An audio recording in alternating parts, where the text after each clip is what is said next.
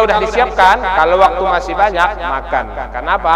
Karena itu tadi menghilangkan khusyuk. Karena sebagian ulama mengatakan khusyuk itu merupakan syarat sholat. Walaupun ini khilaf, memang ada perbedaan pendapat dalam mazhab kita Syafi'i. Ada yang mengatakan khusyuk itu bukan syarat, ada yang mengatakan khusyuk itu termasuk syarat.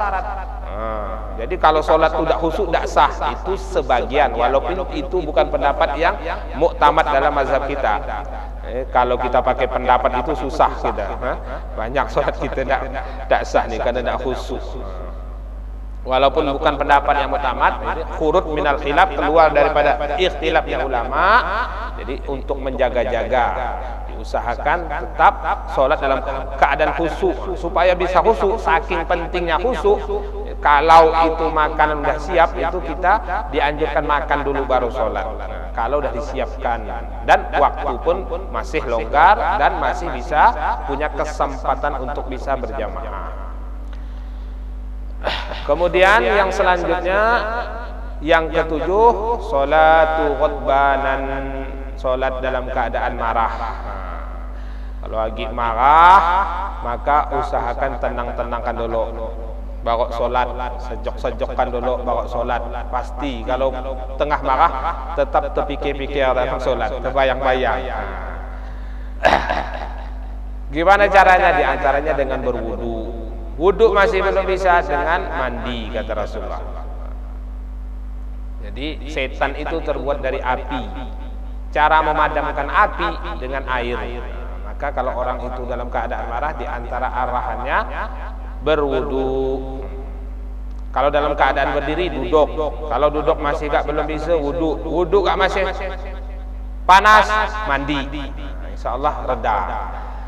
Itu dari Nabi Sallallahu Alaihi Wasallam. Kemudian makruh dalam sholat lagi as-sholatu muttaji'an, sholat tidur tapi tidurnya miring. Ini sholat sunnah maksudnya. Ini kalau dalam keadaan sakit, dalam keadaan tidak ada halangan, tidak ada kendala, sholat tidur miring, itu makruh. Kalau tidur telentang, kalau sholat tidur telentang. Kemudian as-sholatu na'isan, sholat dalam keadaan malas-malas. Jadi ya maksudnya jangan sampai kelihatan betul malas pergi, malas gerakannya, malas atau dalam keadaan tidak semangat lah. Jadi betul-betul dijaga kesemangatannya ya di dalam sholat. Kemudian makruh lagi dalam sholat as-sholatu mutalassiman lirrajul wa mutanaqiban lilmar'ah. Ya, sholat dalam keadaan menutup muka bagi laki-laki atau menutup mulut, menutup hidung bagi laki-laki, dan menutup bernikob sama, menutup muka bagi perempuan. Ini sholat menutup muka kalau dalam keadaan tidak darurat, tidak ada corona, keadaan normal, kok ditutup pakai masker, makruh hukumnya. Itu maksudnya sholatu mutalasiman, sholat bermasker bahasa kurang lebihnya ya. Menutup muka atau menutup hidung, mulut ketika sholat itu hukumnya makruh. Sah-sah tapi lebih baik ditinggalkan. Kecuali dalam keadaan sakit, dalam keadaan tidak normal seperti corona kemarin, nah itu lain cerita. Itu namanya keadaan darurat. Nah itu tidak makruh. Tapi kalau keadaan normal seperti ini, tidak sakit, kok pakai masker, makruh. Baik laki-laki ataupun perempuan. Kecuali kalau perempuan ya ada laki-laki lain yang bukan muhrimnya, nah itu tidak makruh. Tapi kalau keadaan sendirian, ya, keadaan normal, makruh bagi baik laki-laki ataupun perempuan. Kemudian yang selanjutnya makruh dalam sholat yaitu as-sholatu maksufar ra'si wal mangkib. Sholat dalam keadaan tidak ditutup kepalanya, tidak berkopiah. Sholat tidak berkopiah itu sah, tapi makruh. Sholat tidak berkopiah itu sah, tapi makruh, pahalanya kurang sikit. Tidak sebanyak kalau berkopiah. Sah-sah, tapi makruh, kurang pahalanya. Wal mangkib, begitu juga pundaknya terbuka. Jadi maksudnya di sini mungkin dalam keadaan orang biasanya itu kan tawaf. Nah, habis tawaf mungkin orang azan. Tawaf itu kan sunahnya bau itu dibuka, pundak dibuka. Nah, kalau kita sedang tawaf kemudian orang azan, mesti kita sholat. Nah, kalau kita mau sholat, pundaknya ditutup dulu. Nah, baru sholat. Jadi jangan dibuka pundaknya. Kan orang pakaian ihram itu kan kalau tawaf itu pundaknya dibuka karena sunahnya dibuka. Nah, tapi kalau ketika mau sholat ditutup, nah, walaupun pakaikan ihram, karena makruh sholat dalam keadaan kepala terbuka dan pundak terbuka.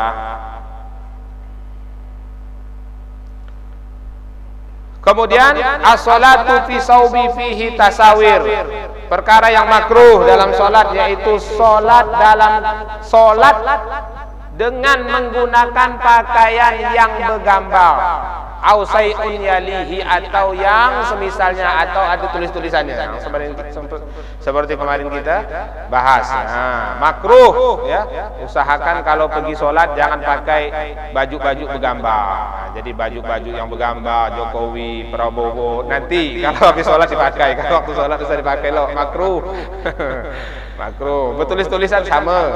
Nah, kalau baju-baju bertulisan bergambar, makainya di luar sholat. Nah, kalau sholat usahakan pakai baju polos. Kenapa? Karena baju yang seperti itu biasanya menghilangkan kekhusyuan orang yang di belakang atau yang di samping atau yang di sekitarnya. Mesti orang yang di belakangnya baca. Nah, ya kan? Tidak usah jauh-jauh kita ya. Kalau ada tulisan, apa gitu tulisan kecil, makin penasaran kita. Apa tulisannya? Mengganggu kekhusyuan sholat. Maka makruh hukumnya sholat ya menggunakan pakaian yang menggambar dan bertulis. Kecuali tidak ada lagi kita dalam perjalanan sapa, tidak bawa baju sholat ya. Nah, itu tidak masalah. Namun dalam keadaan darurat ya. Tapi kalau ada pilihan lain, ada baju yang polos, ada yang baju tidak bergambar, usahakan pakai pakaian yang polos. Tidak pakai pakaian yang bergambar atau bertulis-tulisan.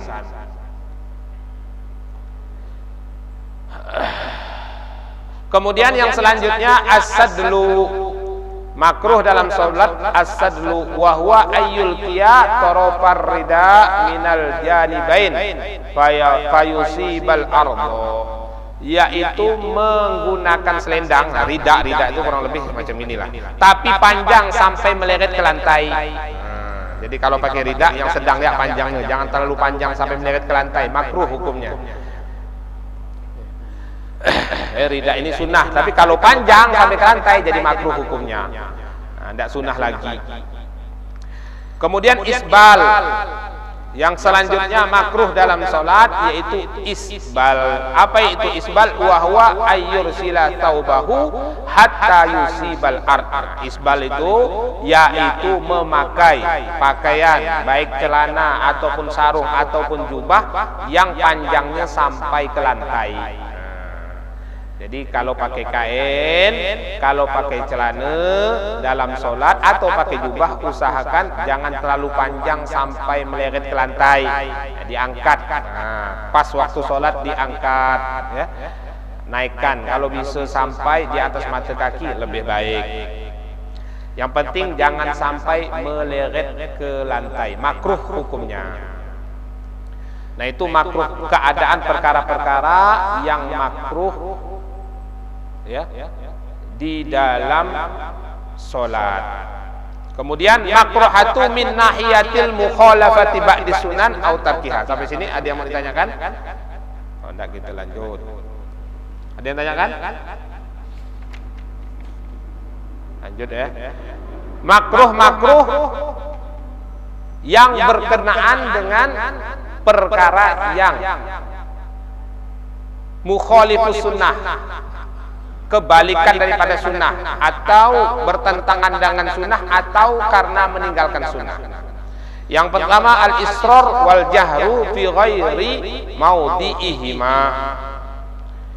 Makruh dalam sholat yang berkenaan dengan yang kebalikan sunnah atau karena meninggalkan sunnah, yaitu israr wal jahru fi ghairi maudhi'ihima, melirihkan atau menjaharkan di tempat-tempat yang bukan tempatnya. Maksudnya di tempat yang jahar dilirihkan, di tempat lirih dijaharkan. Contohnya salat zuhur seharusnya lirih, seharusnya sirri, ya, bukan jahar tapi dibacanya jahar. Salatnya bagaimana hukumnya? Salatnya sah tapi makruh. Kadang-kadang ada yang terkesol, terlupa Bismillahirrahmanirrahim salat zuhur sampai selesai 2 rakaatnya jahar semua. Ya. Gimana hukumnya? Sah tapi makruh. Atau salat subuh seharusnya jahar dibaca sirri.